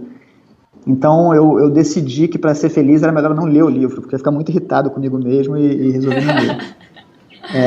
Mas o que eu me lembro, e aí assim, o que foi legal é que, né, o livro foi um maior sucesso, ele vende até hoje. Eu queria até parar de vender e botar na internet de graça, não consigo falar com os caras da Elsevier. Mas foi legal que né, acho que foi talvez uma das primeiras ou a primeira publicação brasileira sobre o assunto. E tem muita gente que leu, né? Tem uma galera que trabalha com a gente hoje, fala, pô, o seu livro, eu li quando eu tinha 14 anos, eu tô ficando velho. Enfim, mas eu acho que o que mudou de lá para cá, eu me lembro que já naquela época eu queria escrever um livro meio atemporal, que não fosse ficar velho muito tempo, mas eu ainda achava que o livro ia durar só 2 anos, né? Ele já tem mais de 10 anos, tem 12 anos agora. Então, assim, eu acho que a principal mudança foi que eu escrevi o livro nessa época que a internet estava começando a ficar, pelo menos o processo de projeto começando a ficar mais profissional, né? Então foi numa época em que a gente estava mudando daquela coisa do webmaster de fazer de tudo para as equipes de projeto com disciplinas diferentes, que colaboram e tudo mais, mas era muito focado na época em waterfall, que era a metodologia de projeto, o processo de projeto mais comum, né, que era coisa da linha de fábrica ali, que uma pessoa faz a pesquisa, a outra faz o wireframe, a outra faz o design, a outra desenvolve e tudo mais. Então acho que o livro fala muito sobre isso e é muito nessa época ele tentando definir até a disciplina de UX, tentar entender como é que isso funciona. Acho que a gente está num momento agora de muito mais maturidade da indústria, né? Então eu acho que essa talvez tenha sido a grande mudança, né? A gente viu de lá para cá, nesses 12 anos, a ascensão das metodologias ágeis, né, do Scrum e tudo mais. A Globo.com mesmo, por exemplo, mudou completamente depois de eu sair para esse tipo de processo. E a gente mesmo criou o nosso processo, que né, o que a gente conversou anteriormente aqui, que é um pouco baseado, né, nessas metodologias ágeis, mas não é realmente, pelo menos para design, para o processo de design, não é realmente muito ajustado para o que esses livros ensinam. Ele é muito mais, na verdade, ajustado para a disciplina de design, que eu acho que esses processos são muito bons para software e tudo mais, desenvolvimento de software, para empresa de tecnologia é ótimo, mas para design não é tão bom. Então a gente meio que adaptou, pegou as coisas boas, mas pegou as coisas boas de outras referências, né, meio que fez o nosso próprio processo. Mas eu acho que essa foi a mudança principal, né, desde a época que eu escrevi o livro para cá. De novo, talvez se eu lesse o livro eu pudesse ver outros detalhes, mas eu acho que no geral foi isso. E como é que você vê o papel do designer mudando nos próximos anos com a presença de inteligência artificial, realidade aumentada e virtual, interfaces conversacionais? Que tipo de implicação que você acha que gera para o trabalho? Na verdade, eu não acho, não me preocupa muito, assim, eu acho que quem trabalha na nossa área sabe que, inevitavelmente, você tem que estar sempre se adaptando, né? Tem um livro que é muito legal, que é Only the Paranoid Survive, que é sobre até businesses que têm que estar sempre ligados para se adaptar, né? Acho que o Netflix é um ótimo exemplo disso. Que no início eles, né, mandavam um DVD para casa das pessoas pelo correio e hoje são serviços de streaming, né? Empresa meio que estruturada para conseguir mudar de direção muito rápido. Eu acho que a gente teve um momento parecido com o momento que a gente está vivendo agora, quando o iPhone foi lançado, né? Eu me lembro que na época eu estava na Hilde e teve estava começando na Hilde, foi em 2007, se não me engano, e aí teve uma preocupação enorme de todo mundo. Caramba, agora vão aparecer agências que só fazem coisa para celular e vão ficar especializadas em celular ao futuro e a gente vai virar os vovôs de antigamente que não conseguem se adaptar, entendeu? Acho que era uma preocupação de todo mundo na época. E não aconteceu. Todas as agências, na verdade, né, que competiam com a Rios naquela época ainda existem e todas se adaptaram a aprender a fazer coisa para plataformas diferentes. E claro que foram criadas empresas muito especializadas em celular e tudo mais, e não conheço muitas delas, mas imagino que estejam indo ok, porque é um mercado muito, muito rico, vamos dizer assim, né? Tem muita coisa acontecendo no nosso mercado, então acho que tem trabalho para todo mundo, mas foi uma coisa que aconteceu naquela época e que acho que o medo das pessoas não se concretizou, entendeu? De ficarem obsoletas ou de não conseguirem se adaptar. Eu acho que a gente naturalmente tem uma profissão muito difícil nesse sentido. A gente tem que estar sempre aprendendo coisa nova, sempre se adaptando, né? Sei lá, talvez acho que às vezes o contrário disso seria se a gente desse aula de história, né? Se você é um professor de história, você pode provavelmente quase todo ano mostrar os mesmos slides na aula para a criançada e é isso, né?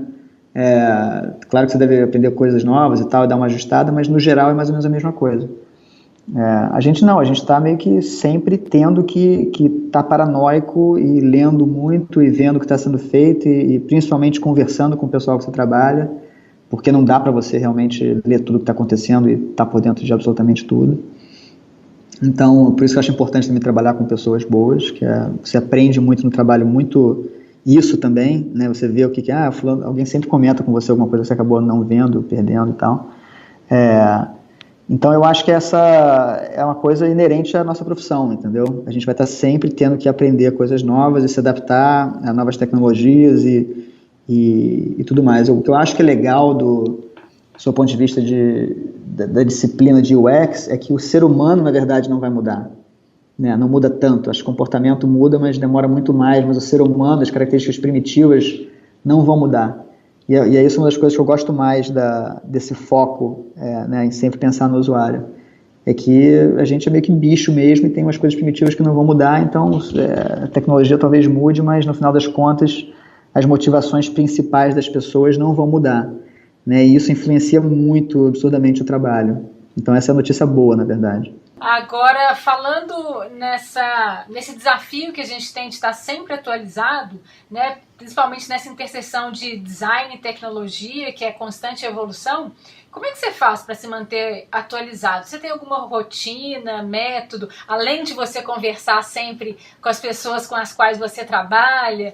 Você usa algum aplicativo? Como é que você faz? Eu acho que eu tenho uma rotina provavelmente parecida com a de todo mundo. Eu fico ali num ciclo no celular quando eu acordo de e-mail, redes sociais todas e Globo.com e Quartz e New York Times. Então eu fico ali vendo um de cada vez e dá para ficar o dia inteiro fazendo isso, né? Porque quando você vai de um para o outro, quando você chega de novo no primeiro já tem atualização, então você pode ficar num loop infinito fazendo isso. Então eu faço um pouco desse loop infinito ali de manhã. Depois aqui no trabalho eu em geral quando chego já tem muita coisa acontecendo, então eu acho que eu aprendo muito mais aqui no trabalho, né, fazendo e ouvindo das pessoas que trabalham com a gente, mas também muito dos clientes às vezes. E à noite eu faço uma outra rodada antes de dormir dessas apps todas e tal no celular, lendo tudo. E é claro que eu tenho sempre minhas tabs infinitas no browser, com um monte de coisa que eu tenho que ler em algum momento, né? Mas, na verdade, o meu grande hack é que eu trabalho com o Marcelo Eduardo, que é o cara que sabe tudo de tudo. Então, eu sento do lado do Marcelo, e aí qualquer coisa que aparece nova, Marcelo, o que é esse negócio aqui que estão falando? O que você acha disso? Ele já me dá um download inteiro de tudo que está acontecendo. Esse é, na verdade, o meu hack principal, é a sorte que eu tenho de trabalhar com o Marcelo. Que ótimo. Além do Marcelo, você tem alguma outra fonte de informação que você acha legal, que você recomendaria? Não, é engraçado, assim, eu li muito, estudei muito sobre experiência do usuário, ou UX, ou qualquer que seja o termo que a gente use para essa disciplina, quando eu estava começando a minha carreira, né? Nessa fase que eu falei, meio que entre a graduação e o mestrado, na época da Globo, quando eu escrevi o livro, eu li muito, muito, muito. Eu não queria, em hipótese alguma, escrever alguma bobagem, né? Então eu tinha que ter certeza que também qualquer coisa que eu escrevesse ali fosse pelo menos original ou fizesse sentido. Então nessa época eu estudei muito. Depois, todo o meu estudo, ainda leio muito e tudo mais, mas o meu estudo é muito de outras disciplinas, sabe? Eu estou agora numa fase completamente fascinado por arquitetura, então eu estou estudando arquitetura que nem um maluco.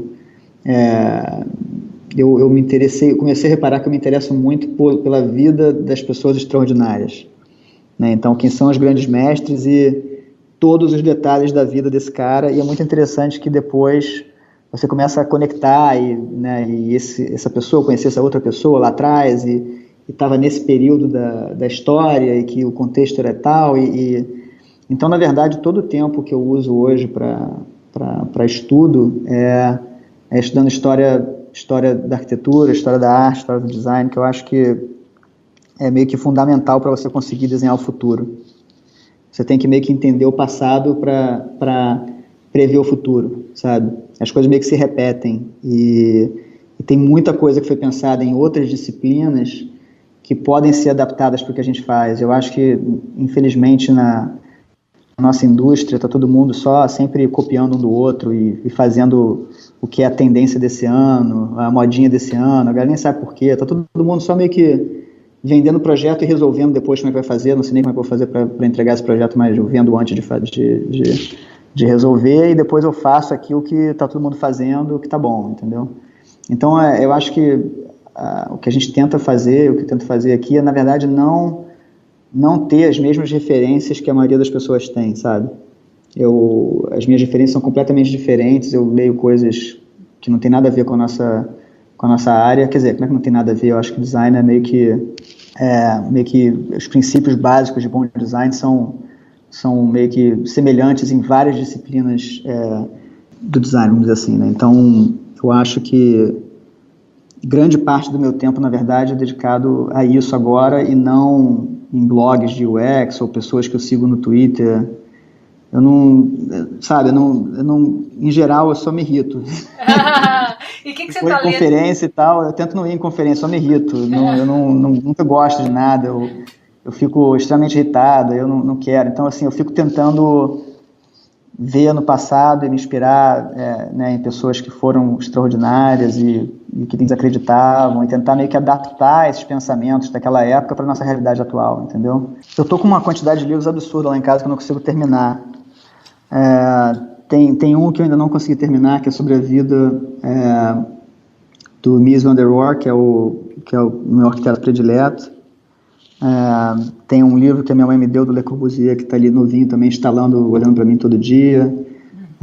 Tem outro livro que eu comprei que é muito interessante, que é só sobre meio que um resumão da vida dos principais designers gráficos do mundo até hoje. Eu estou agora recomendo fortemente que todo mundo veja, acho obrigatório, o documentário do Netflix, o Abstract, que é falando meio que da carreira de vários ícones do design em disciplinas diferentes, né? Então tem a Paula Scher como designer gráfica, aí tem uma arquiteta de interiores que é muito boa também, que é a Elsie Crawford, e aí tem o cara que faz os sapatos, os tênis da Nike, enfim, é um documentário muito interessante. Então eu estou sempre quase tudo que eu leio e vejo e estudo é sobre a disciplina de design, mas tocando áreas diferentes, sabe? Então, eu acho que é muito interessante, assim, uma inspiração muito grande para mim e eu acho que a gente, como empresa, que está tentando, na verdade, definir o que é bom design para a mídia digital que a gente trabalha, sabe? Que eu acho que até hoje ninguém, na verdade, conseguiu definir. Então, a gente está nesse trabalho muito integrado, a empresa inteira, de definir uma linguagem e princípios que tem que existir em todos os projetos que a gente faz. E que eu acho que são princípios que vão determinar assim, a qualidade do que a gente faz, né? E é completamente o oposto do que todo mundo está fazendo agora, né? Mas é basicamente isso. Felipe, eu já tomei mais de 1h30 do seu tempo. Foi uma honra ter a sua participação nesse primeiro aniversário do Movimento X. Muito obrigado por essa conversa fantástica e por dividir tanto conhecimento com a gente. Obrigado, Isabela. O prazer foi meu. É sempre um prazer poder participar de coisas em português. Enfim, espero que a gente continue se falando. Espero que todo mundo que está ouvindo aí tenha aproveitado, nem que seja um pouquinho do que eu falei. Então tá, muito obrigada, Felipe.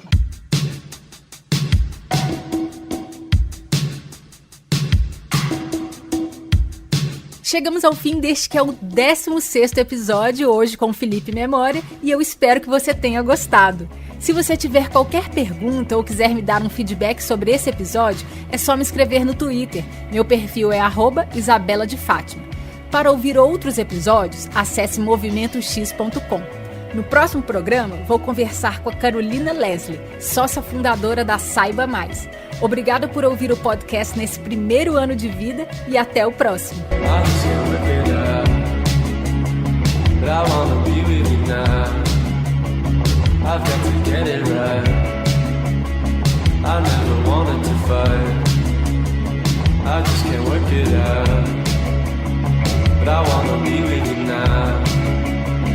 I've got to get it right.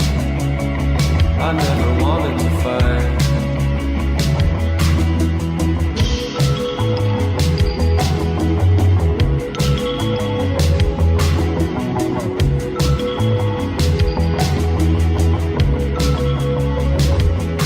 And it's hard to know what you want.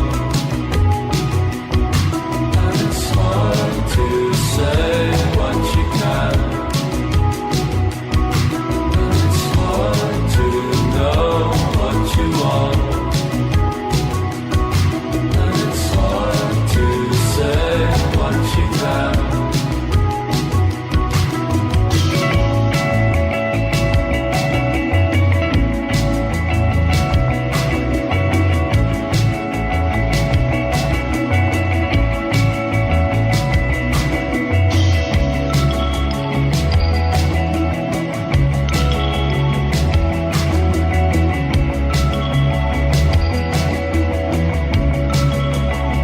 I just can't work it out, but I wanna be with you now. And I've got to get it right, but I never wanted to fight.